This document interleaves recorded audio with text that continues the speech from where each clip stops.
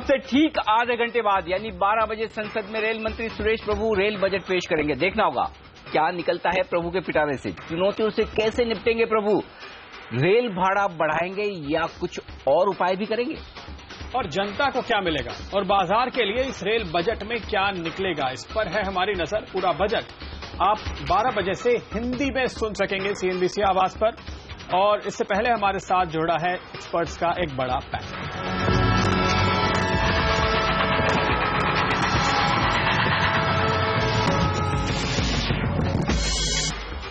हमारे साथ दमदार एक्सपर्ट जुड़ रहे हैं रेल बजट की सारी बारीकियों को बताने के लिए। लेकिन उससे पहले आप देखिए ताजा तस्वीरें, रेल मंत्री संसद में पहुंचते हुए, उनके साथ रेल राज्य मंत्री मनोज सिन्हा है।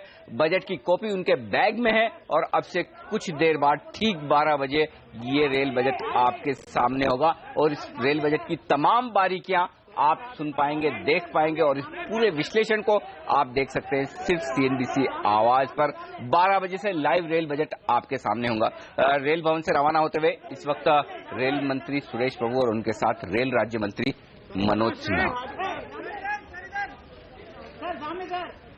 तो आप देख रहे हैं फिलहाल ये तस्वीरें और उत्साह जरूर देखने को मिल रहा है, गायब ना हो जाए अगले 1.5 घंटे बाद, इस पर ही सभी की नजर होगी। बाजार ने तो इस बार कोई ज्यादा अपेक्षाएं रखी नहीं है, क्योंकि हमने देखा रेलवे से जुड़े हुए स्टॉक्स में कोई बड़ी तेजी देखने को नहीं मिली है।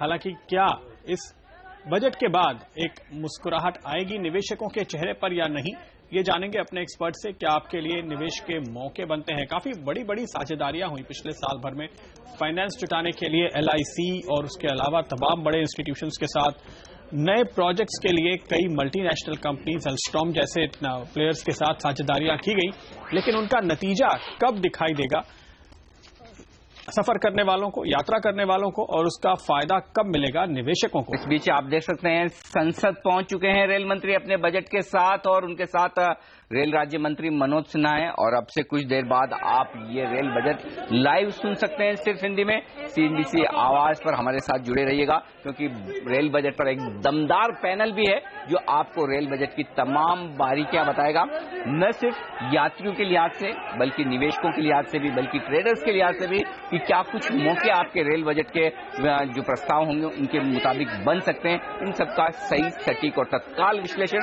आप CNBC आवाज पर देख पाएंगे, सुन पाएंगे सिर्फ हिंदी में। और ये भी कि कौन सी नई सुविधाएं आपके शहर में आपके पसंदीदा रूट पर दी जा रही हैं, कौन सी नई गाड़ियां चलने वाली हैं, क्या कुछ बेहतर सर्विसेज देने के लिए कोशिश की जा रही है, इस बजट में क्या ऐलान होते हैं, ये देखने वाली बात होगी।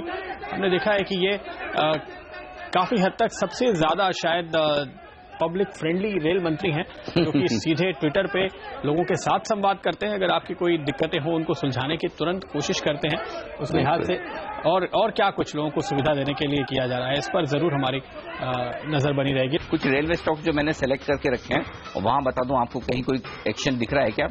D-Link 7% ऊपर है, लेकिन वो स्मार्ट लिंक की वजह से ज्यादा दिख रहा है। हाँ, रेलवे में सिक्योरिटी पर फोकस हो सकता है, इसके दम पर ज़ाइकोम ये 4% ऊपर स्टॉक दिख रहा है। स्टॉन इंडिया ये एक स्टॉक है रेलवे से जुड़ा हुआ जो 3% ऊपर है इस वक्त। सेपको जो ये बॉडीज बनाने का काम करती है रेलवे के लिए, वो आप देख सकते हैं 2.5% मजबूत है। लेकिन जो हार्डकोर जिन स्टॉक्स के साथ रेल जुड़ा हुआ है वो ढीले दिख रहे हैं। कालिंदी रेल 3% नीचे है, टेक्स रेल 3% नीचे है। तो जिन्हें आप डायरेक्टली रेलवे के साथ कोरिलेट करते हैं, करनेक्स माइक्रो, कालिंदी रेल, टीटागढ़, जिनके नाम सबसे पहले आपको आते हैं रेलवे स्टॉक्स के लिहाज से, वहां पर तेजी नहीं है, वहां पर खरीदारी नहीं होती दिख रही है। ये इस वक्त का रुझान है। तो साफ तौर पर थोड़ी कमजोरी का माहौल यहां पर दिख रहा है। साहब, अब रेलवे को लेकर जो एक बड़ा सवाल है कि ये अपनी फ्रेट कॉरिडोर के जरिए माल भाड़े में जो भी इनका रेवेन्यू वो बढ़ाने की कोशिश कर रहा है। अब ये लंबे समय से प्लानिंग चल रही है, कब पूरा होगा पता नहीं। इस रेल बजट में रेल मंत्री को क्या कुछ करना चाहिए खास ऐलान या इम्प्लीमेंटेशन के लिहाज से, जिसके ये फ्रेट कॉरिडोर की एक सर्टेनिटी आ जाए कि इस डेट तक पूरा होगा और उसका रेवेन्यू आना शुरू होगा? मेरे ख्याल में फ्रेट कॉरिडोर में काफी अच्छा काम हो चुका है, कुछ बड़े अच्छे कॉन्ट्रैक्ट दिए गए हैं। और मुझे ध्यान है कि रेल मंत्री जी ने एक बार किसी टीवी चैनल पे ही कहा है कि 2018 या 2019 के शुरू में डेडिकेटेड फ्रेट कॉरिडोर कंप्लीट हो जाएगा। थोड़ा सा लेट है लेकिन हो जाएगा और कॉन्ट्रैक्ट दे दिए गए हैं, तो अब वो तो उसका एग्जीक्यूशन अच्छी तरह होना चाहिए। लेकिन मैं ये कहना चाहूंगा कि फ्रेट और पैसेंजर अर्निंग्स के ऊपर ध्यान देना होगा। हम लोग 4000 कोचेज हर साल बनाते हैं रेलवे के फैक्ट्रीज में। इसमें से लगभग 2000 पुरानी कोचेज की जगह बनती हैं, उनको हटा करके जो पुरानी कोचेज स्क्रैप होती है उनकी जगह होती है। लेकिन 2000 कोचेज नई ट्रेन चलाने के लिए बनती हैं। उसकी लिस्ट होनी चाहिए कि ये ट्रेन कब चलेंगी, और इमीडिएटली आफ्टर 1 अप्रैल इन ट्रेनों का अनाउंसमेंट होना चाहिए, क्योंकि पैसेंजर ट्रैफिक 30 साल में पहली बार गिरा है और इसको तुरंत पकड़ने की आवश्यकता है। लेकिन जब ट्रैफिक गिरा है तो फिर नई ट्रेन कैसे चलाएंगे? आप तो खाली जाएंगे? नहीं, इसका मतलब कि जो कोचेज हैं वो शायद ट्रेन उसमें लगी नहीं पूरी तरीके से।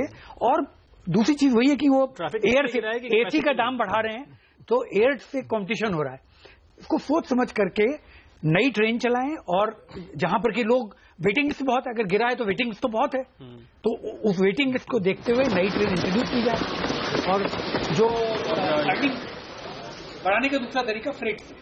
मैडम स्पीकर, माननीय अध्यक्ष महोदय, राइज टू प्रेजेंट, मैं इस पुनीत सदन के समक्ष रेल के संबंध में वर्ष 2016-17 के लिए भारत सरकार की अनुमानित प्राप्तियों और व्यय का विवरण प्रस्तुत करने के लिए उपस्थित हुआ हूं। मैं आरंभ अपने व्यक्तिगत अनुभवों से करना चाहूंगा।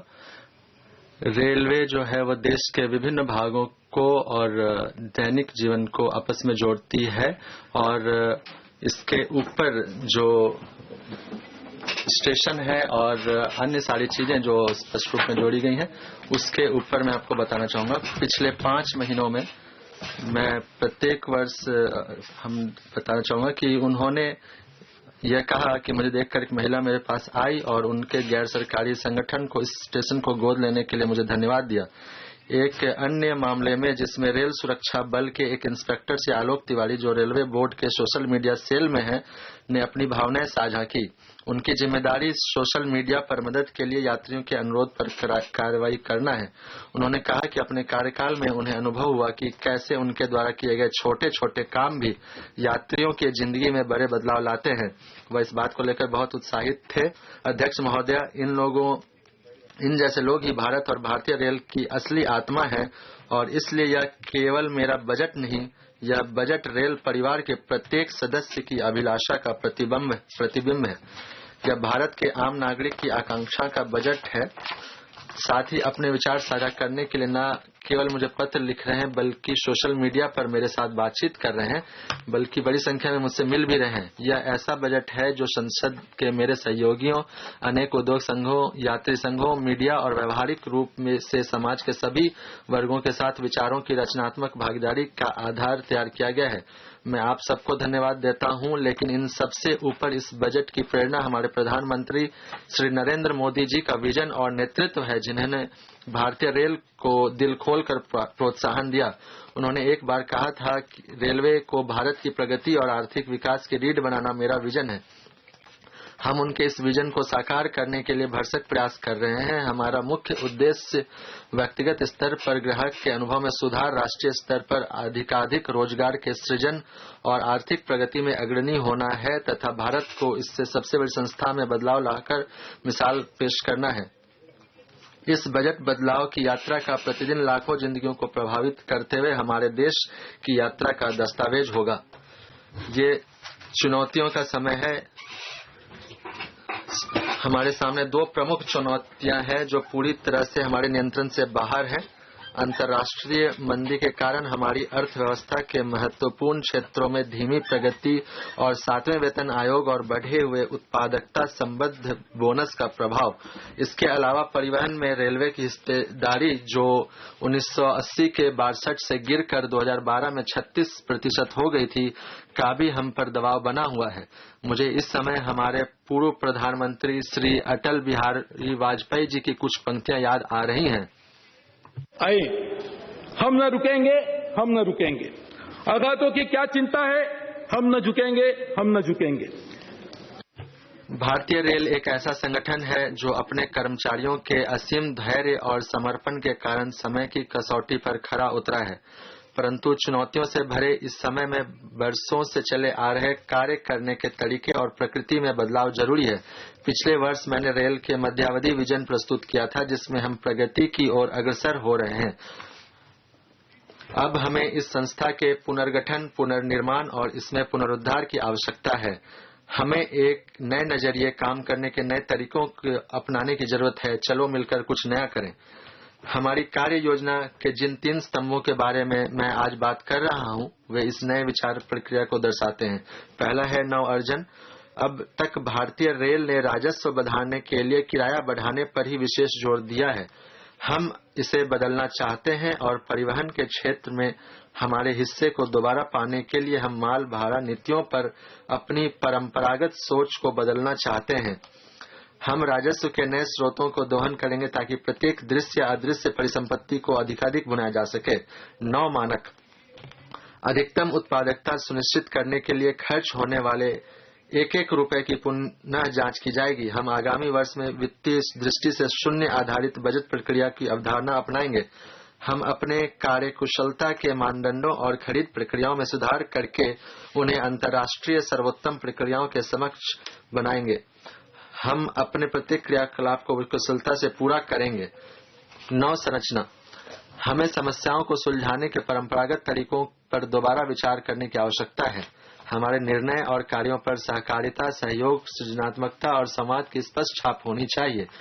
भारतीय रेल में यह बदलाव लाने के लिए हम सभी प्रक्रियाओं, नियमों और ढांचों की दोबारा जांच करेंगे। हम अपनी अंदरूनी ताकतों, विविध प्रतिभाओं और भरपूर अनुभव का प्रयोग करेंगे ताकि और मजबूत हो सके। मैं हरिवंश राय जी बच्चन की कुछ पंक्तियां उद्धृत करना चाहूंगा। माननीय अध्यक्ष महोदय, वर्ष 2016-17 में 7वें वेतन आयोग का तात्कालिक प्रभाव भी शामिल करने के बाद परिचालन अनुपात 92% रहने की आशा है, जबकि चालू वर्ष में इसके 90% रहने की संभावना है। यह उल्लेखनीय है कि छठे वेतन आयोग के प्रभाव के कारण 2008-9 में साधारण संचालन व्यय में 32.5% की वृद्धि हुई थी, जबकि हम 2016-17 के लिए साधारण संचालन व्यय को 11.6% तक सीमित रखने का लक्ष्य रख रहे हैं। ऐसा काफी हद तक लागत को इष्टतम करने और अगले वर्ष के लिए नवीन उपायों के जरिए राजस्व में वृद्धि करने के लिए तैयार की गई योजना के कारण संभव हुआ है। हमने इस दिशा में एक छोटी सी शुरुआत की है, जिसके परिणाम स्वरूप इस वर्ष बजट अनुमानों से 8,720 करोड़ रुपए की बचत होगी, जिससे राजस्व की अधिकांश कमी को पूरा कर लिया जाएगा।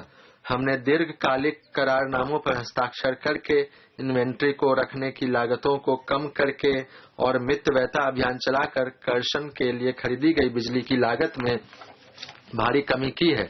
अगले वर्ष हम लागत को इष्टतम बनाने के लिए कई गुना कर उपाय अपनाएंगे।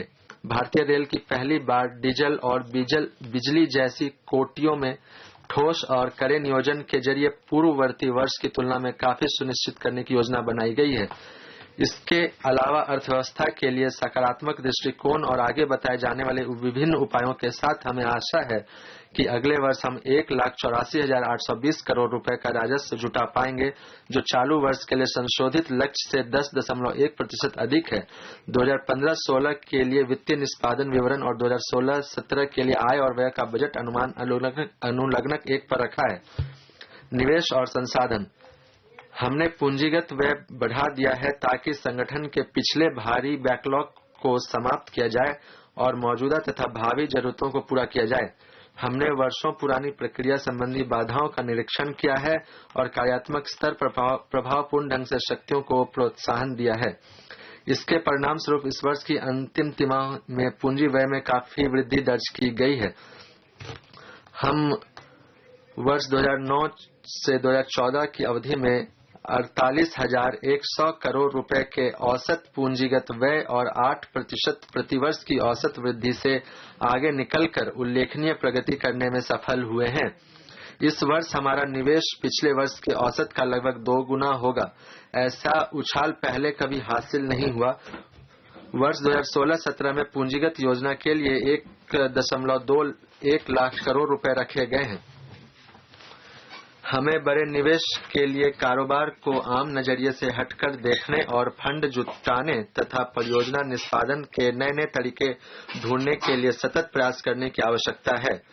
देश के अवसंरचनात्मक विकास में भारतीय रेल अग्रणी रहेगी, चाहे वह राज्यों के साथ साझा उद्यम हो, पीपीपी के लिए नए ढांचे का विकास हो, रुपए बॉन्ड के लिए अंतर्राष्ट्रीय बाजार पर नजर रखना हो या बहुपक्षीय और द्विपक्षीय एजेंसियों के साथ संपर्क करना हो।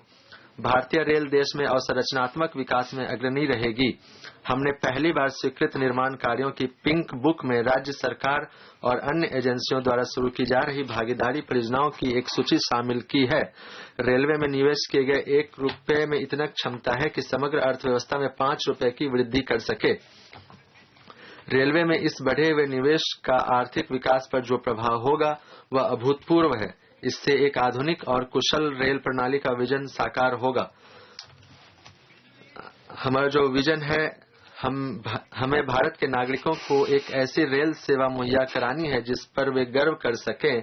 सीमित क्षमता और गति के अवरोधों से मुक्त सेवा, ऐसी सेवा जो कुशल और लोगों की आकांक्षाओं पर खरी उतरने वाली हो, ऐसी सेवा जो शानदार हो और यादगार हो, जहां मेरे देश के लोग आराम महसूस करें, जहां हमारे पास रेलवे के सभी क्षेत्रों के कार्यकलापों के लिए काफी विकल्प हों और समूची रेलवे प्रणाली कार्य कर सके और पर्यावरण अनुकूल हो, अर्थात ऐसी प्रणाली जो अपनी वित्तीय और अन्य जरूरतों पूरी करने में सक्षम हो। हमें आशा है कि हम वर्ष 2020 तक आम आदमी की लंबे समय से चली आ रही आशा को पूरा कर सकेंगे। इनमें है गाड़ियों में आवश्यकता के अनुसार आरक्षण उपलब्ध होना, विश्वसनीय सेवा प्रतिबद्धता के साथ मालगाड़ियों को समय सारणी के अनुसार चलाना, संरक्षण रिकॉर्ड में पर्याप्त सुधार के लिए उच्च स्तरीय तकनीक, बिना चौकीदार वाले सभी संपारों को समाप्त करना, समय पालन लगभग 95% तक पहुंचाना, मालगाड़ियों की औसत गति को 50 किलोमीटर प्रति घंटे और मेल एक्सप्रेस गाड़ियों की औसत गति को 80 किलोमीटर प्रति घंटे तक बढ़ाना, स्वर्णिम चतुर्भुज पर सेमी हाई स्पीड गाड़ियां चलाना, गाड़ियों से मूल मूत्र के डिस्चार्ज को समाप्त करना। मैं डॉक्टर विवेक देवराय की अध्यक्षता वाली समिति सहित विभिन्न समितियों का आभारी हूं, जिनकी सिफारिशों ने हमारे विजन का आधार रहा है। उनकी अनेक सिफारिशों का पहले ही मेरी बजट भाषण का अंग होने के कारण तेजी से कार्यान्वयन हुआ है। हमारे प्रधानमंत्री जी चाहते हैं कि तेजी, कुशलता और पूरी पारदर्शिता के साथ विजन को वास्तविकता में बदला जाए। अपना दूसरा बजट भाषण आरंभ करते हुए मुझे इस बात का पूरा एहसास है कि यह अवसर केवल नई योजनाओं की घोषणाओं का ही नहीं है, बल्कि पिछले वर्ष के कार्यों को परखने का भी है। जिम्मेदारी सदा से ही सार्वजनिक जीवन का सिद्धांत रही है। मैं सहर्ष यह घोषणा करता हूं कि पिछले वर्ष की गई 139 घोषणाओं पर कार्यवाही आरंभ की गई है। पहली बार कार्यान्वयन रपट इस भाषण के साथ अनुलग्नक 2 के रूप में संलग्न है। माननीय अध्यक्ष महोदय, मैं पहले इस वर्ष के दौरान की गई कुछ मुख्य पहल कदमियों की प्रगति के बारे में कुछ कहना चाहता हूं। मैं सदन को सहर्ष सूचित करता हूं कि आर्थिक दृष्टि से व्यवहारिक रेल परियोजनाओं को अब फंड मिलने का पूरा भरोसा है और यह अगले 3-4 वर्षों में पूरी हो जाएगी। संस्थागत वित्त पोषण के माध्यम से हमने हमारी परियोजनाओं के लिए फंड जुटाने का नया उपाय किया है। भारतीय जीवन बीमा निगम ने बहुत ही अनुकूल शर्तों पर 5 वर्षों में 1.5 लाख करोड़ रुपए का निवेश करने की सहमति दी है। हम रेल परियोजनाओं के वित्त पोषण के लिए बहुपक्षीय सहयोग की एक निधि स्थापित करना चाहते हैं। चालू वित्त वर्ष के दौरान परियोजना निष्पादन में हम नए बेंचमार्क स्थापित कर पाए हैं। हम 2500 किलोमीटर अतिरिक्त बड़ी लाइन चालू करने के अपने महत्वाकांक्षी लक्ष्य से भी आगे निकल जाएंगे। यह पिछले वर्ष से लगभग 30% अधिक होगा। अगले वर्ष हमारी 2800 किलोमीटर रेलपथ चालू करने की योजना है। इस वर्ष हमने अपना मानदंड लाइन का निर्माण पूरा करने से बदलकर लाइन चालू करना कर दिया है। लाइन का निर्माण पूरा करना शब्द भ्रमित करने वाला है, यह मात्र कागजी सच्चाई है। जब तक लाइन चालू नहीं की जाती तब तक उसका उपयोग नहीं हो सकता। मैं सम्मानीय सदन को गर्व के साथ सूचित करता हूं कि पिछले 6 वर्षों के लगभग 4.3 किलोमीटर प्रतिदिन के औसत के मुकाबले हम लगभग 7 किलोमीटर प्रतिदिन की रफ्तार से बड़ी लाइन चालू करने में सफल हुए हैं। यह गति 2017-18 में लगभग 13 किलोमीटर प्रतिदिन तथा 2018-19 में लगभग 19 किलोमीटर प्रतिदिन तक बढ़ेगी और 2017-18 में लगभग 9 करोड़ रुपए श्रम दिवस तथा 2018-19 में 14 करोड़ श्रम दिवस के रोजगार का सृजन करेगी। विद्युतीकरण, यह सिद्ध हो चुका है कि बिजली कर्षण अधिक पर्यावरण हितैषी होने के अलावा अधिक किफायती भी है। सामान्य कामकाज की रीति के अनुसार हमें आवश्यक विद्युतीकरण पूरा करने में 10 से 15 साल लगेंगे, जिसे आगामी कुछ वर्षों में पूरा करने का हमारा लक्ष्य है। हम वित्त पोषण और परियोजना प्रबंधन की अभिनव विधियों तथा ऊर्जा मंत्रालय के साथ भागीदारी के माध्यम से इस प्रक्रिया में कई गुना तेजी लाएंगे। हम एक बुनियादी ढांचा तैयार करेंगे जहां सरकारी राजकोष पर दबाव को कम करने के लिए विद्युतीकरण से शुद्ध बजट पूंजीगत व्यय का वित्त पोषण करने में हमें समर्थ बनाएगी। इस साल हम 1600 किलोमीटर को चालू करना चाहते हैं, जो अभी तक सर्वाधिक है। अगले वित्त वर्ष में हमने रेल विद्युतीकरण के लिए परिव्यय की व्यवस्था को लगभग 50% बढ़ाया है और 2000 किलोमीटर का विद्युतीकरण करने का प्रस्ताव कर रहे हैं। Momentum, I am happy to समर्पित माल गलियारा परियोजना, जो देश में सबसे बड़ी बुनियादी ढांचा परियोजना है, गति पकड़ रही है। इस सम्मानित सदन को यह सूचित करते हुए मुझे हर्ष हो रहा है कि यह वित्त वर्ष समाप्त होने से पहले सिविल इंजीनियरों निर्माण कार्यों के लगभग सभी ठेके दिए जा चुके हैं। मेरे द्वारा कार्य ग्रहण करने के बाद 24,000 करोड़ रुपए मूल्य के ठेके दिए गए हैं, जबकि पिछले 6 वर्षों में 13,000 करोड़ रुपए मूल्य के ठेके दिए गए थे। माल यातायात व्यवसाय के तीव्र विस्तार पर बल देते हुए संवर्धित यातायात के लिए नए समर्पित माल गलियारों का निर्माण करना अनिवार्य है, जिसके अर्थव्यवस्था और पर्यावरण के लिए परिणामी लाभ होंगे। निम्नलिखित फ्रेट कॉरिडोरों तथा दिल्ली को चेन्नई से जोड़ते हुए उत्तर पश्चिम, खड़गपुर से मुंबई को जोड़ते हुए पूर्व पश्चिम और खड़गपुर से विजयवाड़ा को जोड़ते हुए पूर्व तट को शुरू करने का प्रस्ताव है। इन परियोजनाओं की रूपरेखा सौंपने और सार्वजनिक निजी भागीदारी सहित नवीन वित्त पोषण तंत्र के माध्यम से एक संयत समयबद्ध तरीके से क्रियान्वयन के लिए इन परियोजनाओं को उच्च प्राथमिकता प्रदान किए जाने का प्रस्ताव है। देश के आयात और निर्यात को बढ़ावा देने के लिए निर्बाध लॉजिस्टिक्स सुनिश्चित करने के वाले पत्तन संपर्क व्यवस्था एक महत्वपूर्ण घटक है।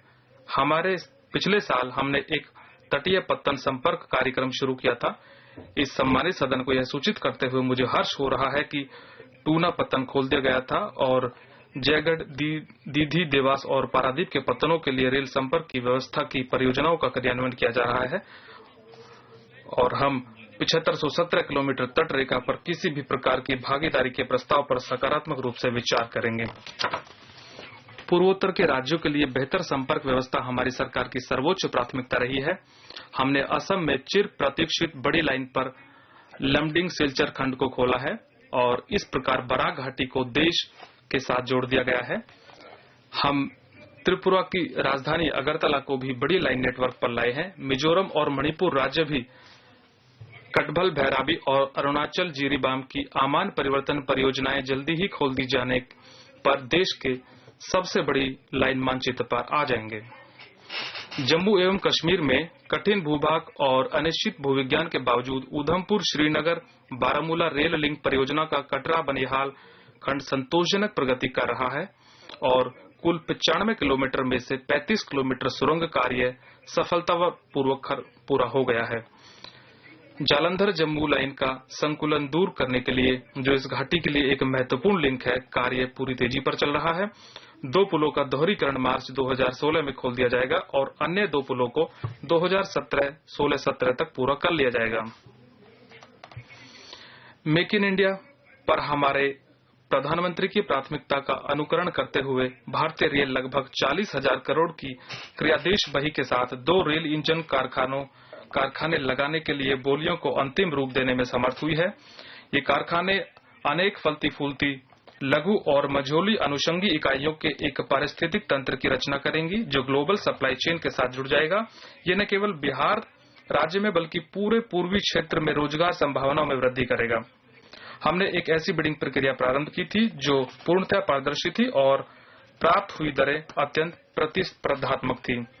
हमने राजधानी और शताब्दी सेवाओं के लिए इस्तेमाल होने वाली रेलगाड़ी सेटों के विनिर्माण, आपूर्ति और अनुरक्षण के लिए सादृश्य बोली प्रक्रिया आरंभ की है। वर्तमान खरीद को 30% बढ़ाए जाने का प्रस्ताव है। में हमने भारतीय रेल के संकल्पित त्वरित प्रगति हेतु तत्परता सुनिश्चित करने के लिए संगठन की क्षमता का निर्माण करने के वास्ते अनेक उपाय किए हैं। इस कवायद के फलस्वरूप पूंजीगत व्यय का संवर्धित अवशोषण और परियोजना स्वीकृति चक्र का न्यूनीकरण हुआ है। पारदर्शिता हमारी सरकार का एक महत्वपूर्ण सिद्धांत है। भारतीय रेल का मिशन अपने समस्त कामकाज में 100% पारदर्शिता सुनिश्चित करना है। 2015-16 में हमने ऑनलाइन भर्ती करने की प्रक्रिया प्रारंभ की थी और अब सभी पदों के लिए इस प्रक्रिया का प्रतिरूपण किया जा रहा है। हमारे दिन प्रतिदिन के कामकाज में पारदर्शिता लाने के लिए सोशल मीडिया को भी एक साधन के रूप में इस्तेमाल किया जा रहा है। निर्माण कार्यों के लिए खरीद सहित सभी प्रकार की खरीद ई प्लेटफॉर्म पर की जा रही है। हम कागज रहित प्रबंधन व्यवस्था को अपनाकर एक नए जमाने को लाना चाहते हैं, जहां न केवल बोलियां ऑनलाइन आमंत्रित की जाएंगी बल्कि एक निविदा दिए जाने तक समस्त प्रक्रिया इलेक्ट्रॉनिक विधि से संपन्न की जाएगी। हमने उपयुक्त के लिए परीक्षण संचालन पूरा कर लिया है और अगले वित्त वर्ष में अखिल भारतीय आधार पर इसका लोकार्पण करना चाहते हैं। कार्यात्मक स्तर पर सशक्तिकरण सुनिश्चित करने की दृष्टि से मैंने निविदा और प्राक्कलन संबंधी सभी शक्तियों का क्षेत्रीय रेलों को प्रत्यायोजित कर दिया है। बहरहाल मेरा काम अभी पूरा नहीं हुआ है और यह प्रक्रिया जारी रहेगी।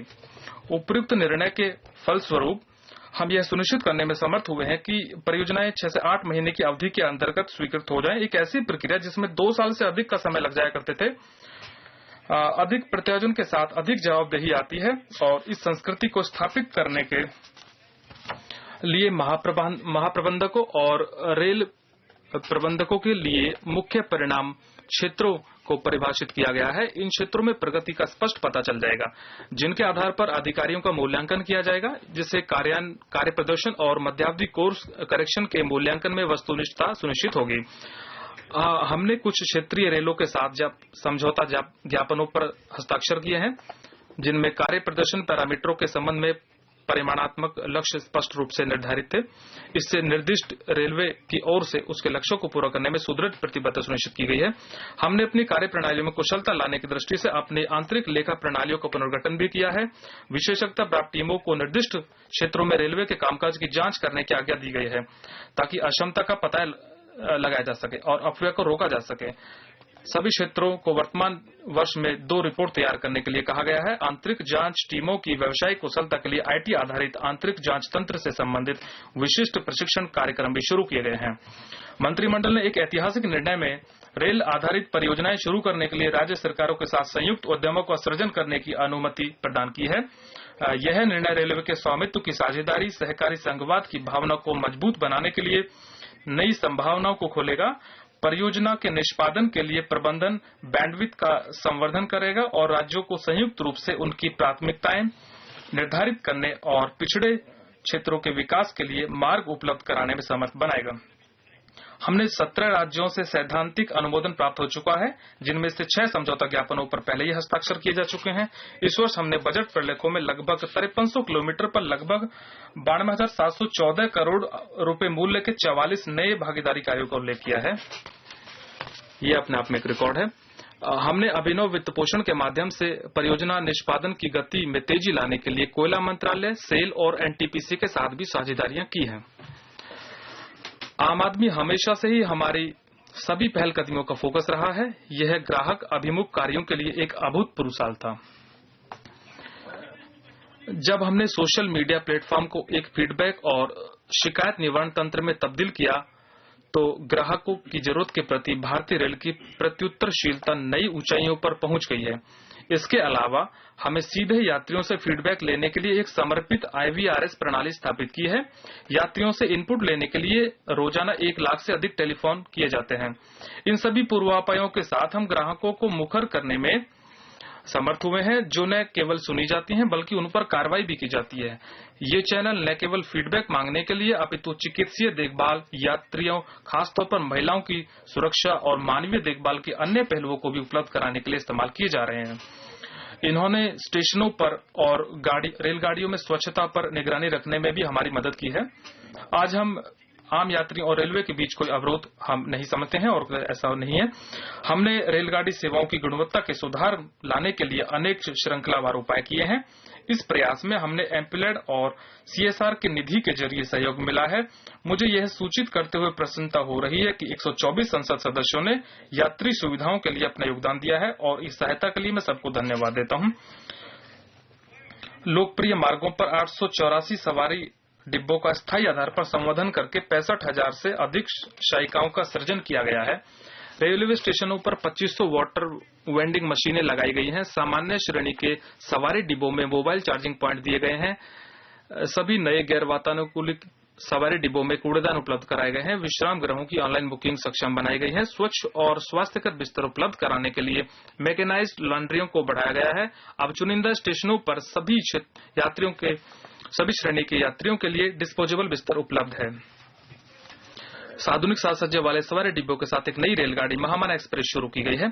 स्वच्छ भारत के हमारे मिशन के अनुसरण में सम्मानित सदन को यह सूचित करते हुए मुझे हर्ष हो रहा है कि यह वित्त वर्ष समाप्त होने से पहले रेलगाड़ियों में 17,000 जैव शौचालय और 475 रेलवे स्टेशनों पर अतिरिक्त शौचालय उपलब्ध कर दिए जाएंगे।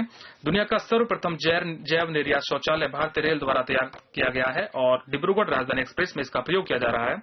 74 अतिरिक्त रेलगाड़ियों को ऑनबोर्ड हाउसकीपिंग सेवा के अंतर्गत डाला गया है और अन्य 400 को जल्दी ही डाला जाएगा, जिससे इस योजना के अंतर्गत रेलगाड़ियों की कुल संख्या 1000 हो जाएगी। अनेक दशकों से यात्री रेलगाड़ियों का समय पालन निष्पादन चिंता का विषय रहा है। हमारे खुला नेटवर्क है, जिसके फलस्वरूप मानवों और जानवरों पर निरंकुश अनाधिकार प्रवेश किया जाता है। संकुल परिपथ टर्मिनल क्षमता की तंगी और परिसंपत्तियों की खरीदी के कारण यह समस्या और गंभीर बन जाती है। सबसे प्रभावित खंड गाजियाबाद से मुगलसराय खंड, बरास्ता, इलाहाबाद और कानपुर हैं, जो 3 क्षेत्रीय श्रेणियों में फैला हुआ है, जिससे पूरे नेटवर्क के समग्र समय पालन पर प्रभाव पड़ता है। हमने अपने निष्पादन में सुधार के लिए इस खंड पर गाड़ी परिचालन ऑडिट प्रारंभ किया है। आंतरिक कारणों के अलावा यहाँ अनेक बाहरी कारण भी हैं, जैसे कि रेल पथों पर आंदोलन, जिनके फलस्वरूप समय पालन की हानि होती है। मैं इस अवसर पर अपने सभी साथी नागरिकों से इससे परहेज करने की अपील करता हूं, क्योंकि इससे न केवल राष्ट्र की बल्कि यात्रियों के रूप में उनको भी नुकसान होता है। पिछले साल मैंने अनारक्षित यात्रियों को कतारों में लंबा समय लगाए बिना टिकट खरीदने में समर्थ बनाने के लिए ऑपरेशन 5 मिनट की घोषणा की थी। इस परिप्रेक्ष्य में हमने इसकी शुरुआत की है।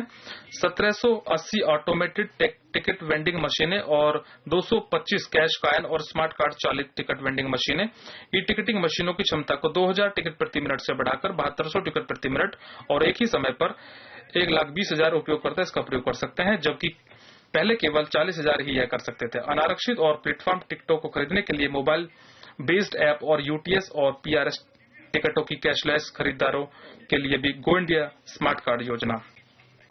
दिव्यांगों के लिए हमने शुरू किया है ऑनलाइन टिकटों की बुकिंग करते समय छूट का लाभ उठाने के लिए एक बार की रजिस्ट्रेशन, व्हील चेयर की ऑनलाइन बुकिंग, सभी नए सवारी डिब्बों, ब्रेल एनेबल्ड हमारे वरिष्ठ नागरिकों और महिला यात्रियों के लिए निचली शायिकाओं का कोटा बढ़ाया गया है। आगामी वित्त वर्ष में हम प्रत्येक सवारी डिब्बे में वरिष्ठ नागरिक कोटे को 50% बढ़ा रहे हैं, जिसके फलस्वरूप वरिष्ठ नागरिकों के लिए लगभग 120 निचली शायिकाएं प्रति रेलगाड़ी उपलब्ध होंगी। अधिक एक्सीलेटर और लिफ्ट उपलब्ध कराई गई हैं। हमने रेलवे स्टेशनों पर विशेषकर अपने युवा और कारोबारी यात्रियों की सुविधा के लिए वाईफाई सेवाएं शुरू की हैं। यह प्रक्रिया शुरू हो चुकी है। इस साल 100 स्टेशनों पर और अगले 2 साल में 400 रेलवे स्टेशनों पर वाईफाई सेवा उपलब्ध कराने का प्रस्ताव है। हम इस प्रयास में गूगल के साथ साझेदारी कर रहे हैं। मैं इस अवसर पर अपने सभी सेवा प्रदाताओं को और उद्यमियों को इस पहल के बारे में अपने साथ साझेदारी करने के लिए आमंत्रित करता हूं। यात्री का अनुभव मुख्य तौर पर एक रेलवे स्टेशन पर सेवाओं की कुशलता और गुणवत्ता पर निर्भर होता है। एक पुनः विकसित रेलवे स्टेशन सेवा में सुधार लाने के अलावा अधिक गैर टैरिफ राजस्वों का सृजन करने का भी अवसर उपलब्ध कराएगा। हम विभिन्न मॉडल प्रयोग करते हुए अपने स्टेशनों का पुनर्विकास कर रहे हैं। इनमें से एक मॉडल के आधार पर हबीबगंज रेलवे स्टेशन के पुनर्विकास के लिए वित्तीय बोलियां प्राप्त हो गई हैं, जबकि अन्य 4 स्टेशनों की बोली प्रक्रिया अंतिम चरण में है। हाल ही में मंत्रिमंडल ने एक ऐतिहासिक निर्णय में 400 रेलवे स्टेशनों का सार्वजनिक निजी भागीदारी के अंतर्गत पुनर्विकास किए जाने का अनुमोदन किया है। इससे दुनिया में सबसे विशाल परिवहन अभिमुख विकास होने की आशा है और इसके लिए इसमें जटिल निर्णय लेने पड़ते हैं। अगले वित्त वर्ष के दौरान निजी भागीदारी के लिए बैंकों को स्वीकार्य संरचना के आधार पर कुछ बड़े और मझोले स्टेशनों के लिए बोली प्रक्रिया शुरू किया जाने का प्रस्ताव है। सार्वजनिक निजी भागीदारी के माध्यम से शुरुआत करने के अलावा हम कतिपय अन्य रेलवे स्टेशनों के विकास के लिए बहुपक्षीय वित्तीय निवेश लेने की संभावनाओं की तलाश कर रहे हैं।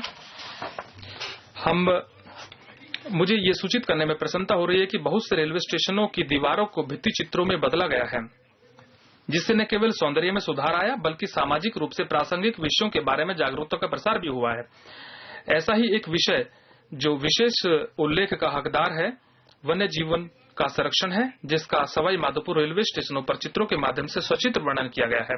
हजारीबाग, बोरीवली, खार, उदयपुर, बीकानेर कुछ अन्य रेलवे स्टेशन है जो स्थानीय कला और प्रतिभा को दिखाते हैं। मैं उन सभी का धन्यवाद करता हूं जो अगले साल भी हमारे रेलवे स्टेशनों को ऐसा सौंदर्य पर कार्य करने का और मैं सभी से अनुरोध करता हूं।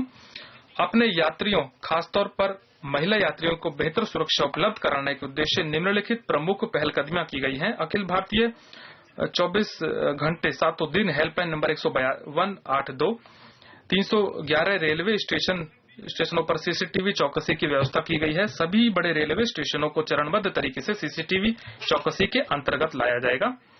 एक दुर्घटना या एक जीवन की हानि से मुझे अत्यंत दुख और पीड़ा होती है। इससे यह प्रदर्शित होता है कि हम शून्य दुर्घटना व्यवस्था का अपना उद्देश्य हासिल करने के लिए अभी लंबा सफर हमें तय करना है। हालांकि पिछले साल की तुलना में 20% दुर्घटनाओं के साथ हमारा सुरक्षा रिकॉर्ड बेहतर रहा है। मेरा पक्का विश्वास है कि भारतीय रेल से दुर्घटना को उन्मूलन करने के लिए आगे का मार्ग नवीनतम तकनीकों को अपनाना और आत्मसात किए जाने पर निर्भर है।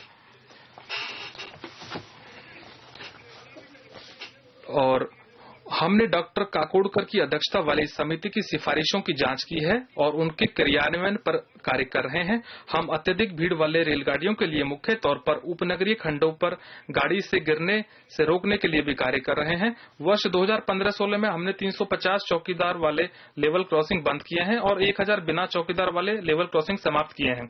वर्तमान वर्ष में 820 red over bridge, road under bridge को पूरा किया गया है और 1350 पर कार्य प्रगति पर है।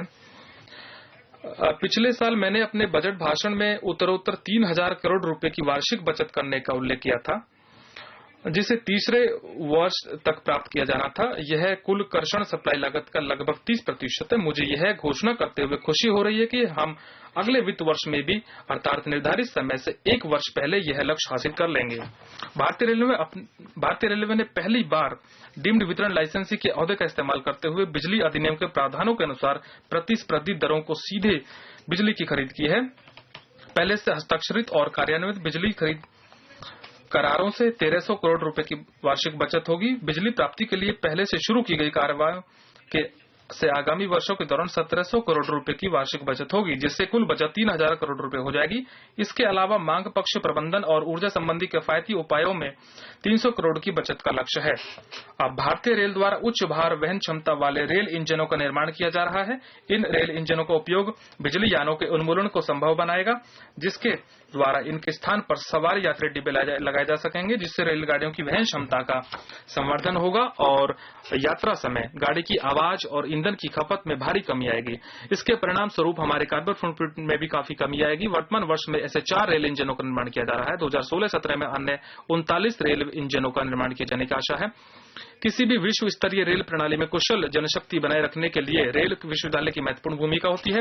हमने विश्वविद्यालय के रूप में पूर्णतः विकसित करने के लिए वडोदरा स्थित भारतीय रेल राष्ट्रीय अकादमी को चुना है। अगले वित्त वर्ष के दौरान विश्वविद्यालय स्थापित करने के लिए तैयारियां पूरे जोरों पर चल रही हैं। भारतीय रेल एक संगठन के रूप में समृद्धि के पथ पर तब तक प्रगति नहीं कर सकती है जब तक यह पथ डिजिटली सुसज्जित न हो।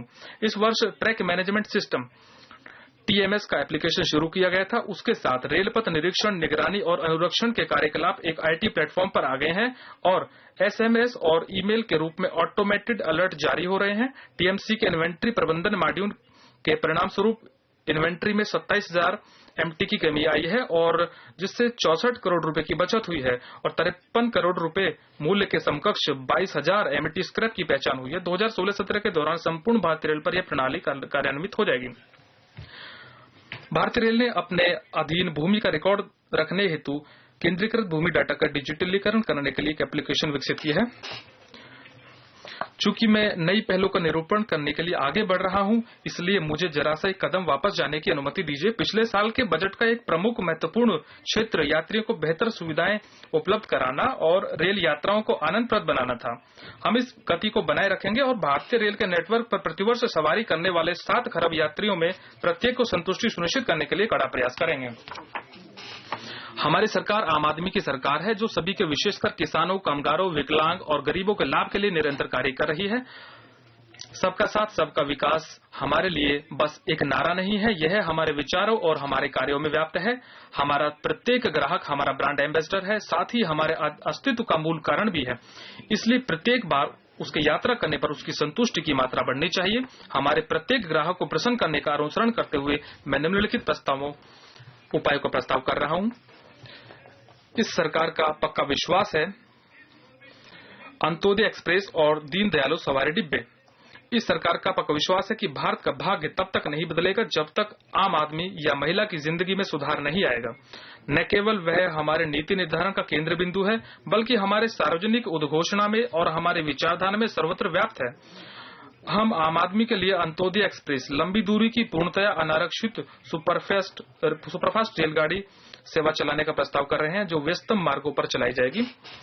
हम आम जनमानस के लिए अपनी वहन क्षमता का संवर्धन करने हेतु अनारक्षित यात्रा के लिए कुछ लंबी दूरियों की रेलगाड़ियों में 2 से 4 दीन दयालु सवारी डिब्बे भी लगाने का प्रस्तावित कर रहे हैं। इन सवारी डिब्बों में पीने की पानी की सुविधा होगी और अधिक संख्या में मोबाइल चार्जिंग पॉइंट दिए जाएंगे। हमसफर और तेजस और उदय, मैं 3 चुनिंदा रेलगाड़ी सेवाओं की घोषणा कर रहा हूं। हमसफर और तेजस और उदय। हमसफर और तेजस किराया दर सूची और गैर किराया दर सूची उपायों के माध्यम से लागत वसूली सुनिश्चित करेगी। हमसफर पूर्णतः वातानुकूलित तृतीय एसी सेवा होगी, जिसमें भोजन की व्यवस्था वैकल्पिक होगी। दूसरी ओर तेजस भारत में रेलगाड़ी यात्रा के भविष्य को दिखाएगी। 130 किलोमीटर प्रति घंटा और उससे अधिक गति पर चलित ये जवाबदेही और उन्नत ग्राहक संतुष्टि सुनिश्चित की जाएगी। हम सबसे व्यस्त मार्गों पर रात्रिकालीन उत्कृष्ट डबल डेकर एयर कंडीशनड यात्री सेवा भी शुरू करने का प्रस्ताव कर रहे हैं, जो वहन क्षमता को लगभग 40% बढ़ाने की संभावना रखती है। बुकिंग खिड़कियों पर यात्रियों के प्रतीक्षा समय को कम करने के लिए हम उपनगरीय और छोटी दूरी वाले यात्रियों के लाभ के लिए हैंडहेल्ड टर्मिनलों के जरिए टिकटों की बिक्री शुरू करना चाहते हैं। इससे हम न्यूनतम अवसंरचनात्मक आवश्यकताओं के अनेक बिक्री स्थल तैनात कर सकते हैं। हम टिकट वेंडिंग मशीनों के जरिए प्लेटफॉर्म टिकट की बिक्री भी शुरू करना चाहते हैं, जो नकद राशि के अलावा क्रेडिट या डेबिट कार्डों के साथ भी सक्षम होगी। हम आगामी 3 माह में विदेशी पर्यटकों और प्रवासी भारतीयों के लिए विदेशी डेबिट क्रेडिट कार्डों से ई टिकटिंग सुविधा शुरू करेंगे। हमारे पत्रकार मित्रों के लिए हम उन्हें रियायती पासों पर टिकट की ई बुकिंग की सुविधा देना चाहते हैं। इसके लिए लंबे समय से मांग की जा रही है और उन्हें यह सुविधा मुहैया कराना मेरा सौभाग्य है। पीआरएस टिकटों को रद्द कराने के लिए यात्रियों को निर्धारित समय सीमा के भीतर रिफंड के लिए बुकिंग खिड़की तक जाना पड़ता है। यात्रियों के लिए यह बहुत असुविधाजनक होता है। हम हेल्पलाइन 139 यानी 139 पर यात्रियों को पंजीकृत फोन नंबर पर भेजे गए वन टाइम पासवर्ड का उपयोग करते हुए टिकट रद्द कराने की सुविधा शुरू करना चाहते हैं। हम बिना टिकट यात्रा की समस्या से निपटने के लिए प्रमुख स्टेशनों पर पायलट आधार पर बारकोड वाले टिकटें, स्कैनर और एक्सेस कंट्रोल शुरू करेंगे और यात्रियों के लिए निर्बाध यात्रा सुनिश्चित करेंगे। हमने सुबह के घंटों के दौरान तत्काल टिकटों की बिक्री शुरू होने के समय सेवाओं में सुधार लाने के लिए अनेक उपाय किए हैं। अभी भी इसमें वैध यात्रियों को गाड़ी के टिकट न मिलने की शिकायतें आ रही हैं। इसलिए तत्काल काउंटरों को उत्तरोत्तर ढंग से सीसीटीवी के दायरे में लाने की हमारी योजना है। पीआरएस वेबसाइट की सुरक्षा विशेषताओं के आवधिक रूप से थर्ड पार्टी ऑडिट और प्रमाणन की व्यवस्था करने की हमारी योजना है। विकल्प मांग पर गाड़ी, अक्टूबर 2015 में शुरू की गई वैकल्पिक गाड़ी अकोमोडेशन प्रणाली योजना का विस्तार किया जाएगा, ताकि प्रतीक्षा सूची के यात्री विनिर्दिष्ट गाड़ियों में अकोमोडेट किए जाने के लिए अपनी इच्छा दर्ज करा सकें। स्वच्छता, स्वच्छ रेल स्वच्छ भारत के अभियान को और आगे बढ़ाते हुए हम स्टेशनों और गाड़ियों में साफ सफाई में सुधार लाने के लिए अनेक उपाय शुरू करना चाहते हैं। अखिल भारतीय स्तर पर क्लीन माई कोच सेवा शुरू करना, जिसमें यात्री SMS के जरिए अपने कोच या शौचालय को साफ कराने का अनुरोध कर सकते हैं। नियमित अंतराल पर तीसरी पार्टी ऑडिट और यात्रियों से फीडबैक के आधार पर A1 और A श्रेणी के स्टेशनों का रैंक निर्धारण करना। A1 श्रेणी में प्रत्येक स्टेशनों पर चरणबद्ध आधार पर वेस्ट सेग्रीगेशन और रिक्लासिफिकेशन सेंटर की स्थापना करना। अगले वित्त वर्ष में 5 सेंटर खोले जाएंगे। चुनिंदा स्टेशनों, पहुंच मार्गों और निकटवर्ती कॉलोनियों में साफ सफाई में सुधार लाने के लिए जागरूकता अभियान चलाना। अगले वित्त वर्ष में 30,000 अतिरिक्त जैव शौचालय लगाना। वरिष्ठ नागरिकों, दिव्यांगों और महिला यात्रियों की मांग को पूरा करने के लिए चुनिंदा स्टेशनों के सभी प्लेटफॉर्मों पर पोर्टेबल जैव शौचालय मुहैया कराना। शौचालय बनाने और उनके रखरखाव के लिए अन्य नवीन उपायों को भी शुरू करने की मेरी योजना है, जैसे विज्ञापन अधिकार, CSR स्पॉन्सरशिप, सामाजिक संगठन की ओर से स्वैच्छिक सहायता आदि। स्टेशनों पर खानपान और स्टॉल। ग्राहकों की संतुष्टि के लिए खानपान एक महत्वपूर्ण घटक है। हमारे ग्राहकों को गुणवत्तापरक भोजन मुहैया कराने के उद्देश्य के अनुसरण में खानपान सेवाओं में संबंधित निम्नलिखित उपायों का प्रस्ताव है। IRCTC खानपान सेवाओं को चरणबद्ध आधार पर शुरू करेगी। IRCTC भोजन तैयार करने और भोजन वितरित करने में खानपान सेवाओं में सुधार करेगी। खानपान सेवाओं को 45 बड़े स्टेशनों से बढ़ाकर A1 श्रेणी और A श्रेणी के सभी 408 स्टेशनों पर यह सुविधा मुहैया कराना। गाड़ियों में वैकल्पिक खानपान सेवाएं शुरू कराने के लिए संभावनाओं का पता लगाना और इनमें यात्रियों के लिए स्थानीय व्यंजन भी उपलब्ध कराए जाएंगे। गाड़ियों में ताजा और स्वच्छ भोजन सुनिश्चित करने के लिए IRCTC द्वारा परिचालित मशीनीकृत और उन्नत 10 अन्य बेस किचन स्थापित करना। अनुसूचित जाति, अनुसूचित जनजाति, अन्य पिछड़ा वर्ग, महिला, दिव्यांग आदि को खानपान इकाइयों में आरक्षण लागू करना। हम प्रत्येक आरक्षित श्रेणी में महिलाओं के लिए 33% का उप कोटा भी शुरू करेंगे। इसके अलावा स्थानीय स्वामित्व और सशक्तिकरण के लिए जिला निवासियों को स्टेशनों पर वाणिज्यिक लाइसेंस देने में प्राथमिकता देने की प्रक्रिया शुरू की जाएगी। हमारे ग्राहकों को कुल्हड़ में चाय पीने के विकल्प की व्यवहार्यता का पता लगाना। ठहराव। भारतीय रेलवे ने परिचालनिक और वाणिज्यिक हाल्ट के बीच ऐतिहासिक रूप से अपनी पहचान बनाई है।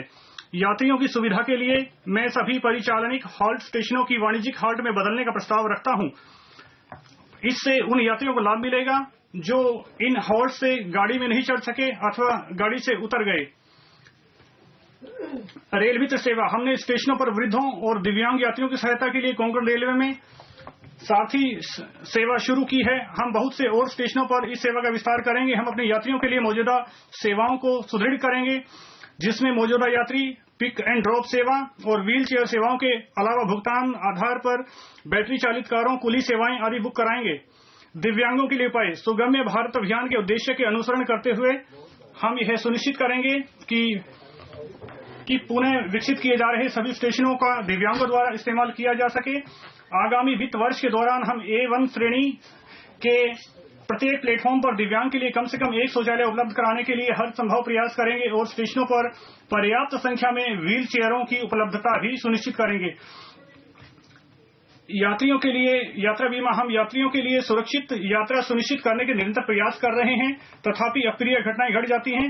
इन घटनाओं से यात्रियों को होने वाले वित्तीय नुकसान कम करने के लिए हम बीमा कंपनियों से रेल यात्रियों के लिए बुकिंग करते वक्त वैकल्पिक यात्रा बीमा उपलब्ध कराने का प्रयास कर रहे हैं। विश्रामालय की घंटों के आधार पर बुकिंग। हमारे रेल नेटवर्क पर यात्रा करने वाले यात्रियों को खुशी होगी कि यदि उन्हें दिन भर के लिए अपने कारोबार के सिलसिले में जाने से पहले तैयार होने के लिए स्टेशन परिसर में ही कोई स्थान मिल जाए। हम यात्रियों की जरूरत को पूरा करने के लिए विश्रामालयों की बुकिंग मौजूदा न्यूनतम 12 घंटे के स्थान पर घंटे के आधार पर शुरू करने का प्रस्ताव करते हैं। इसके अलावा हम विश्रामालयों को IRCTC को सौंप देंगे, जो इनका पेशेवर तरीके से प्रबंधन सुनिश्चित करेंगे। जननी सेवा। हम शिशुओं के साथ यात्रा करने वाली महिलाओं की कठिनाइयों को कम करना चाहते हैं और इस प्रयोजन हेतु गाड़ियों में बच्चों के लिए खानपान के पदार्थ उपलब्ध कराए जाएंगे। इसके अलावा स्टेशनों पर शिशु आहार, गर्म दूध और गर्म पानी उपलब्ध कराया जाएगा और गाड़ियों के शौचालयों में शिशुओं के लिए चेंजिंग बोर्ड भी मुहैया कराए जाएंगे। स्मार्ट सवारी डिब्बे। यात्रियों के आराम में वृद्धि करने की दृष्टि से हम सवारी डिब्बों के डिजाइन और लेआउट में बदलाव करने की योजना बना रहे हैं ताकि वहन क्षमता को बढ़ाया जा सके और ऑटोमेटेड दरवाजे, bar code reader, bio vacuum toilet, water level indicator, कूड़ेदान की व्यवस्था, एर्गोनॉमिक सीटें, बेहतर साज सज्जा, वेंडिंग मशीनें, मनोरंजन स्क्रीन, विज्ञापन के लिए LED lit board, PA system और अन्य सुविधाओं सहित नई सुविधाओं की व्यवस्था हो। इन नए smart specially modified aesthetic refreshing travel सवारी डिब्बों से हमारे ग्राहकों की बढ़ती आवश्यकताओं की पूर्ति होगी और उच्चतर वहन क्षमता के कारण परिचालन की यूनिट लागत की कमी भी सुनिश्चित होगी। इस समय हमारे पास टिकटिंग, शिकायत निवारण और अन्य समस्याओं के लिए अलग अलग डिजिटल समाधान है। ये सभी सुविधाएं 2 मोबाइल ऐप में एकीकृत करने की हमारी मंशा है। एक में टिकट संबंधी सभी कार्य किए जाएंगे और दूसरे में हमारी सभी सेवाओं से संबंधित शिकायतों के निवारण का प्रावधान होगा और सुझाव प्राप्त किए जाएंगे। ग्राहक इंटरफेस में सुधार लाना। भारतीय रेल का सतत प्रयास रहता है कि अपने सभी क्रियाकलापों में ऐसी नई पहल की जाए जिससे ग्राहक की आवश्यकताओं को पूरा करना सुनिश्चित हो। इसके लिए हम ग्राहकों से सीधे संपर्क में आने वाले रेल कर्मचारियों तथा उन कर्मचारियों जिन्हें हम सेवा प्रदाताओं के जरिए नियुक्त करते हैं को कार्यकुशल बनाने की व्यवस्था कर रहे हैं। इसके अलावा ग्राहकों के संपर्क में आने वाले सभी कर्मचारियों की वर्दी में बदलाव किए जाएंगे ताकि हमारे नेटवर्क पर उन्हें पहचाना जा सके। हम बेहतर यात्री सुविधाएं, सतर्क एवं संवेदनशील ग्राहक सेवा, त्वरित शिकायत निवारण और बेहतर वाणिज्यिक सोच सुनिश्चित करने के लिए स्टेशनों पर रेल स्टेशन को संगठन करना चाहते हैं। A1 श्रेणी के सभी कार्य तथा भारत में तीर्थ यात्रा के महत्वपूर्ण स्थानों के लिए भारतीय यात्रियों में एक बड़ा स्वाभाविक आकर्षण रहता है। हमारी मंशा है अजमेर, अमृतसर, बिहार शरीफ, चेंगनूर, द्वारका, गया, हरिद्वार, मथुरा, नागपट्टनम, नांदेड़, नासिक, पाली, पारसनाथ, पुरी, तिरुपति, वेलंकनी, वाराणसी और वास्को जैसे धार्मिक महत्व के स्टेशनों का सौंदर्यीकरण किया जाए तथा यात्री सुविधाओं की व्यवस्था करने का कार्य प्राथमिकता के आधार पर शुरू करने की योजना भी है। हम महत्वपूर्ण तीर्थ स्थलों को जोड़ने के लिए आस्था सर्किट गाड़ियां भी चलाना चाहते हैं। Satellite terminal. पिछले वर्ष मैंने कुछ स्टेशनों पर सैटेलाइट टर्मिनल विकसित किए जाने के बारे में घोषणा की थी। इस कार्य को अगले अनेक स्तरों तक बढ़ाते हुए मैं सभी राज्यों से अपील करता हूं कि वे आगे आएं और PPP माध्यम से सैटेलाइट टर्मिनल स्थापित करने में भागीदारी करें। फिलहाल आउटर सिग्नलों पर होने वाले विलंब को कम करने और रेक टर्न अराउंड में सुधार के लिए अल्पकालीन उपायों की पहचान करने के लिए पायलट आधार पर विस्तृत परिचालनिक शोध कार्य करने की हमारी योजना है। हमारे सहायक पोर्टर्स हमारी यात्रा को आरामदायक बनाने में महत्वपूर्ण भूमिका निभाते हैं। भारतीय रेल की छवि बदलने के लिए उन्हें नई वर्दी देने और सॉफ्ट स्किल में उन्हें प्रशिक्षित करने की हमारी मंशा है और आधुनिक प्रौद्योगिकी अपनाने के साथ साथ यात्रियों के साथ सम्मानपूर्वक व्यवहार करने की अपनी परंपरा को भी कायम रखना चाहते हैं। हम उन्हें सामूहिक बीमा सुविधा देने की पद्धतियों का भी पता लगाएंगे। अब हम उनको सहायक के नाम से पुकारने में खुशी महसूस करेंगे। High speed rail. जापान सरकार की सहायता से अहमदाबाद से मुंबई तक हाई स्पीड पैसेंजर कॉरिडोर का कार्य किया जा रहा है। हाई स्पीड परियोजनाएं निष्पादित करने के लिए एक विशेष प्रायोजन योजना इस महीने पंजीकृत की जाएगी। इस परियोजना का मुख्य लाभ भारतीय रेल को उन्नत प्रौद्योगिकी और नवीन विनिर्माण क्षमता मुहैया कराना होगा जिसका मौजूदा नेटवर्क के अन्य क्षेत्रों के लिए इस्तेमाल किया जा सकेगा। मनोरंजन। हम गाड़ियों में PA सिस्टम संस्थापित कर गाड़ियों में मनोरंजन की व्यवस्था करने के लिए FM रेडियो स्टेशनों को आमंत्रित करने का प्रस्ताव करते हैं। इस समय शताब्दी, राजधानी और दुरंतो गाड़ियों में भारतीय रेल की द्विभाषिक ऑन बोर्ड मैगजीन रेल बंधु यात्रियों को उपलब्ध कराई जाती है।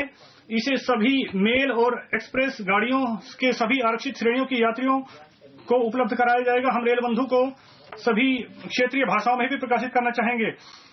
यात्री यातायात। उपनगरीय यातायात। मुंबई भारत की आर्थिक राजधानी है और इसके लिए एक सुदृढ़ परिवहन प्रणाली की जरूरत है। बहरहाल उपनगरीय रेल प्रणाली जो शहर की जीवन रेखा है उस पर अत्यधिक दबाव है। आगे की कार्रवाई के लिए MUTP 3 के लिए नीति आयोग से सैद्धांतिक अनुमोदन प्राप्त हो गया है। हम इसे वित्त वर्ष की समाप्ति से पहले प्राप्त करने और चर्च गेट विरार और CSTM पनवेल खंडों के बीच 2 एलिवेटेड उपनगरीय कॉरिडोरों के बीच शीघ्र निविदा देने का कार्य शुरू करने का प्रयास कर रहे हैं और इस प्रीमियम कॉरिडोर को मेट्रो लाइनों से जोड़ा जाएगा जिसकी योजना राज्य सरकार द्वारा मौजूदा छत्रपति शिवाजी इंटरनेशनल एयरपोर्ट और प्रस्तावित नवी मुंबई इंटरनेशनल एयरपोर्ट को जोड़ने के लिए बनाई जा रही है। हम आगामी वित्त वर्ष में मुंबई उपनगरीय स्टेशनों की निचली सतह के सभी स्टेशनों को प्लेटफॉर्मों को उस तरह से ऊंचा करना चाहते हैं ताकि इसकी वजह से यात्रियों की संरक्षा को होने वाले खतरे को दूर किया जा सके। कोलकाता में हम 100 किलोमीटर पर मेट्रो का निर्माण कर रहे हैं। जब कार्य पूरा होगा तो क्षमता 4 गुना बढ़ जाएगी। मैंने कोलकाता मेट्रो स्टेशन के ईस्ट वेस्ट कॉरिडोर से संबंधित समस्याओं का आकलन किया है और मुझे खुशी है इस परियोजना के चरण 1 कार्य जून 2018 में पूरा हो जाएगा। हम पूर्व पश्चिम कॉरिडोर को 5 किलोमीटर तक और बढ़ाने की संभावना पर भी कार्य कर रहे हैं। हमारी राष्ट्रीय राजधानी दिल्ली पर प्रदूषण का स्तर बढ़ने से अत्यधिक दबाव बढ़ गया है और इसमें 21 स्टेशनों वाली रिंग रेलवे प्रणाली को पुनः चालू करने से राहत पहुंचाई जा सकती है। हम इस अवसंरचना को विकसित करने के लिए राज्य सरकार के साथ भागीदारी करेंगे। हमारा प्रस्ताव है कि एक नया निवेश ढांचा तैयार करके भारत रेल की एक एकीकृत उपनगरीय पर्यावरण हितैषी प्रणाली बनाने के लिए एक बड़ा कार्यक्रम बनाया जाए। भारतीय रेल राज्य सरकारों के साथ इक्विटी अनुसंधान करेगी और परिचालन पर लागत की तटस्थता सुनिश्चित की जाएगी। मैं राज्य सरकार से आग्रह करता हूं और सभी राज्य सरकारों से आग्रह करता हूं और जो पीक लोड होता है उपनगरीय यातायात पर उसको कम किया जा सके ताकि राजस्व का भी अर्जन हो।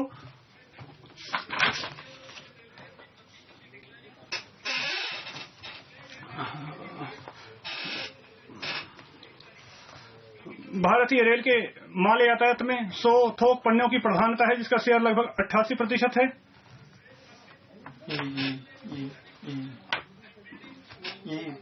अपने राजस्व आधार का विस्तार करने के लिए हमें इससे आगे बढ़ाने की जरूरत है।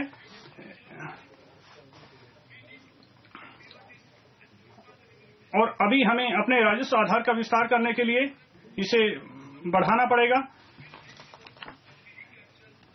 और हमें सुनिश्चित करना होगा कि हम अपनी संपत्तियों को सुरक्षित रख सकें और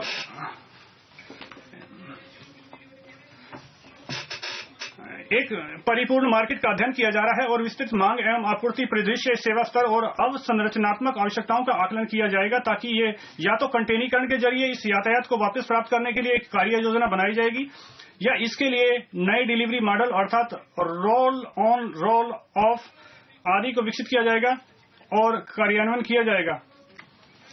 नेटवर्क क्षमता की सीमाओं के कारण फिलहाल हम समय सारणीबद्ध मालगाड़ियां नहीं चला पा रहे हैं, लेकिन इस वर्ष से हम पायलट आधार पर समय सारणीबद्ध फ्रेट, कंटेनर, पार्सल और विशेष पन्नों के लिए गाड़ियां चलाना शुरू करेंगे। कंटेनर यातायात, कोयला और विनिर्दिष्ट खनिज अयस्कों को छोड़कर प्रत्येक किस्म के यातायात के लिए कंटेनर सेक्टर खोल दिया जाएगा और गैर व्यस्त अवधि के कारण हम आंशिक रूप से भरी हुई गाड़ियों को चलाने की अनुमति देंगे। सभी मौजूदा टर्मिनल शेडो जहां कहीं व्यवहारिक पाए जाए को कंटेनर यातायात की अनुमति प्रदान की जाएगी। टैरिफ को युक्तिसंगत बनाना। भारतीय रेल की मौजूदा भाड़ा संरचना से माल यातायात बाजार में अन्य रेल सेवाओं के मुकाबले हमारी सेवाएं महंगी हुई हैं। यातायात के अन्य साधनों की तुलना में एक प्रतिस्पर्धा भाड़ा संरचना तैयार करने, मल्टी पॉइंट लदान उतराई और वैकल्पिक मार्गों का उपयोग बढ़ाने के लिए भिन्न भिन्न भाड़ा दरों को लागू करने के लिए टैरिफ नीति की समीक्षा की जाएगी। टर्मिनल क्षमता का निर्माण, वेयर हाउस और परिवहन सुविधाओं की अपर्याप्तता भी इसका एक कारण है जिसकी वजह से संभावित ग्राहक रेलवे से दूर चले जाते हैं। परिवहन की श्रृंखला को पूरा करने के लिए रेल साइड लॉजिस्टिक पार्क और वेयर हाउस बनाने का प्रस्ताव है।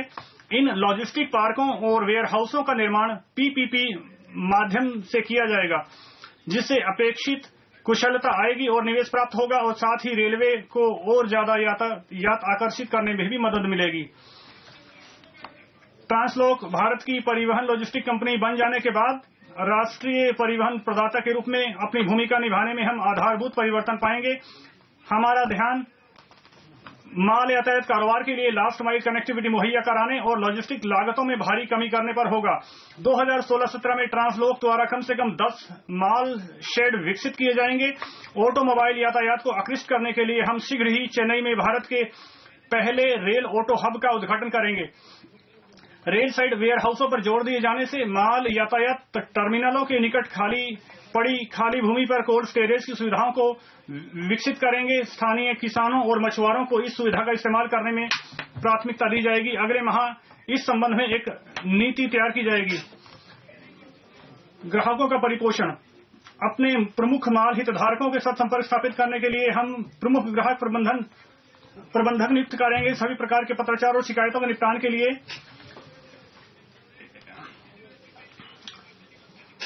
और यद्यपि भारत रेल के साथ वास्ता रखने वाले व्यक्तियों की संख्या ज्यादा है, तथापि हम किराए से इतर स्रोतों के जरिए 5% से भी कम राजस्व अर्जित करते हैं। विश्व की बहुत सी रेल प्रणालियां किराए से इतर स्रोतों से 10% से 20% राजस्व अर्जित करती हैं। अगले 5 वर्ष की अवधि में हम परिसंपत्तियों का मौद्रीकरण करके और राजस्व उपार्जक अन्य कार्यों से इस विश्व औसत को हासिल करने का प्रयास करेंगे। हमने इसके लिए प्रयास पहले ही शुरू कर दिए हैं। स्टेशनों के पुनर्वास का एक बड़ा कार्यक्रम शुरू किया गया है, जिसका मैंने पहले जिक्र किया। रेल पथ के आसपास की भूमि का भी मौद्रीकरण किया जा रहा है। भारतीय रेलवे के आसपास की जो खाली जमीन है, बागवानी और वृक्षारोपण को उसमें बढ़ावा दिया जाएगा, जिसके लिए हम इस स्थान को पट्टे पर देंगे। इससे वंचित वर्गों, अनुसूचित जाति, जनजाति, अन्य पिछड़ा वर्ग आदि को रोजगार मिलेगा। भोजन सुरक्षा में भी सुधार होगा। रेलवे भूमि पर अतिक्रमणों की रोकथाम होगी। इस ट्रैक का इस्तेमाल करके सौर ऊर्जा उत्पन्न करने की संभावनाओं की भी जांच की जाएगी। भारतीय रेल यात्री की प्राथमिकता टिकटिंग के पैटर्न, पन्ने प्रवाह, गाड़ी चालन और अन्य विभिन्न सेवाओं तथा परिचालनों से संबंधित सूचना का डाटा संकलित करती है।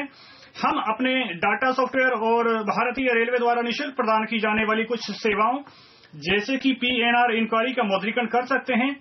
इनका अन्य भागीदारों द्वारा वाणिज्यिक दृष्टि से लाभ उठाया जा रहा है, परंतु साथ ही यह भी सुनिश्चित किया जा रहा है कि ग्राहकों की निजता का ख्याल रखा जाए। विज्ञापन। भारतीय रेलवे के पास विशाल भौतिक और प्राकृतिक अवसंरचना है, जिसका विज्ञापन के माध्यम से वाणिज्यिक उपयोग किया जा सकता है। हम अपने स्टेशनों, गाड़ियों और बड़े स्टेशनों के रेलपथ के आसपास की भूमि पर विज्ञापन संबंधी संभावनाओं का इस्तेमाल करके इस पर विशेष ध्यान देना चाहते हैं। राजस्व अर्जित करने के लिए हम ग्राहकों से सीधे संपर्क में आने वाले संसाधनों का विज्ञापन के लिए इस्तेमाल करने के लिए वर्दी आदि सहित सभी मदों को ब्रांडिंग के लिए एजेंसियों के साथ साझेदारी करने का प्रयास करेंगे। अगले हम 3 महीने में कम से कम 20 स्टेशनों पर राजस्व अर्जन संबंधी संभावना का पता लगाने के लिए मॉडल तैयार करेंगे। पार्सल व्यवसाय को ओवरहॉल करना हमारी योजना राष्ट्रीय e-commerce business and booking parcel के हिस्से में भारी वृद्धि करने के लिए मौजूदा पार्सल नीतियों को उदार बनाने की है, जिसमें इस सेक्टर को कंटेनर ट्रेन ऑपरेटरों के लिए खोला जाना शामिल है। इस मार्केट सेगमेंट के लिए द्वार से द्वार तक संघर्ष विशेष रूप से महत्वपूर्ण है और हम अपनी सेवाओं की पेशकश के दायरे को बढ़ाने के लिए सभी आवश्यक कदम उठाएंगे। खासतौर पर ई-कॉमर्स जैसे उदीयमान क्षेत्र में हम पार्सल की ऑनलाइन बुकिंग के लिए एक पायलट परियोजना भी शुरू करेंगे। विनिर्माण कार्यकलापों से राजस्व। घरेलू व अंतर्राष्ट्रीय बाजार में अर्थपूर्ण भागीदारी बनाने के लिए उत्पादन यूनिटों और वर्कशॉपों में उत्पादन बढ़ाकर और बेहतर विनिर्माण पद्धतियों को अपनाकर रेलवे के लिए पर्याप्त क्षमता उपलब्ध कराना आवश्यक है। हम इन यूनिटों को आवश्यक शक्तियां और प्रोत्साहन प्रदान करने के लिए कार्य करेंगे ताकि निर्यात और घरेलू सप्लाई के माध्यम से 2020 तक लगभग 4,000 करोड़ रुपए तक वार्षिक राजस्व जुटाने का लक्ष्य पूरा किया जा सके।